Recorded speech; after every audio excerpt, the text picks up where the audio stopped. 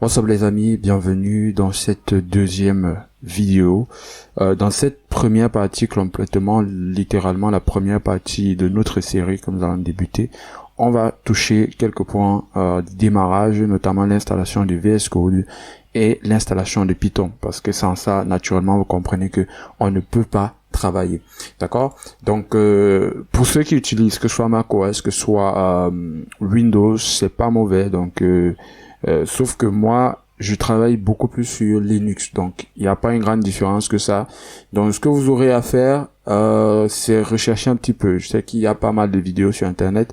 Si vous êtes par exemple sur Windows qui montrent comment installer Python sur Windows, ok, c'est un exécutable. Et comment installer VS Code, c'est également un exécutable que vous devez télécharger. Donc on va voir ça tout à l'heure.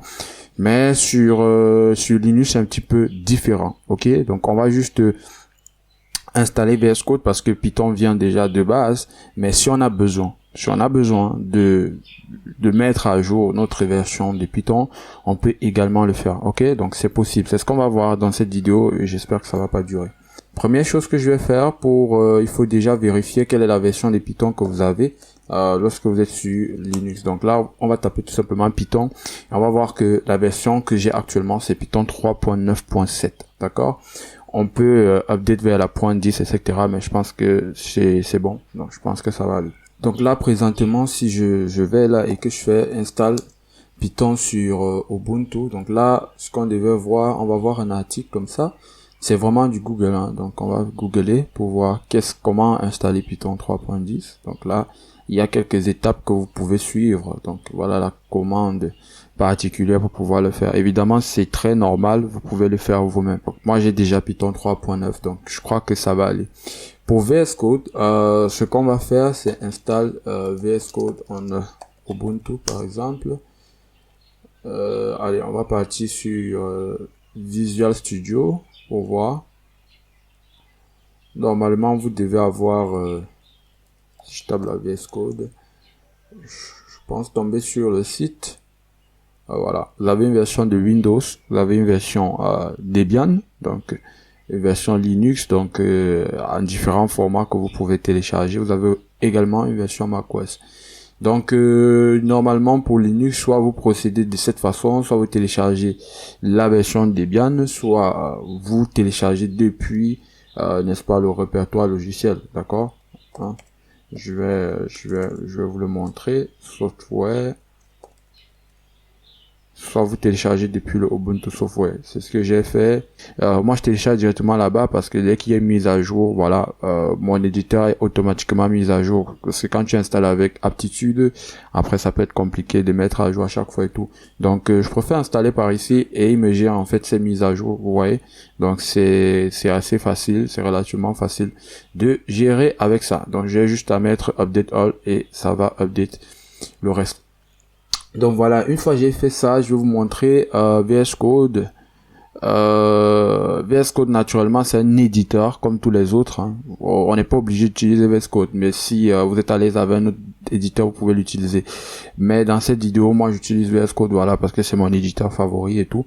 Donc, en dehors de l'utiliser pour Python, donc voilà, il y a un ensemble de choses qui existent avec VS Code qui me facilitent la tâche lorsque je travaille. Donc, c'est la raison principale, ok? Donc là, lorsqu'on l'installe, on va installer déjà Python. Ok, c'est une extension. Vous allez installer Python pour VS Code. On va également installer AutoDocstring. Donc en fait, c'est une bibliothèque, vous pouvez voir ici, qui permet en fait de générer un petit peu des commentaires pour le code de façon formelle et en fonction du standard, en fait, en fonction des PEP, quoi. Donc en fonction du standard de Python, ça vous permet de générer une documentation que vous pouvez compléter bien sûr en utilisant des raccourcis.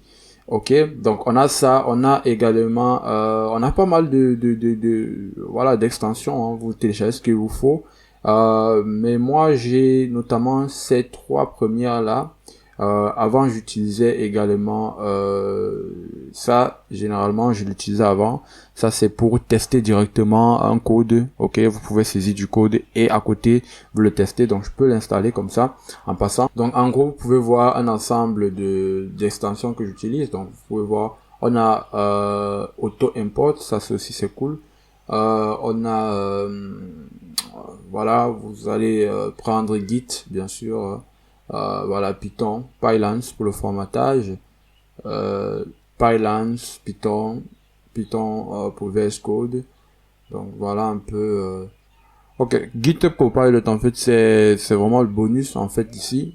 C'est le bonus parce que ça va vous permettre en fait de pouvoir faire d'autocomplétion assez rapidement de code. C'est quand même assez facile. C'est peut-être pas bien pour un débutant parce que voilà, ça encourage la paresse un petit peu, mais lorsque vous passez du temps à faire les mêmes choses, c'est souvent bien que voilà qu'il puisse vous aider et ça utilise l'IA donc de compléter votre code assez rapidement. Donc voilà pour la première vidéo. J'espère les amis que vous avez aimé cette vidéo. Donc on se voit à la prochaine vidéo. Ciao.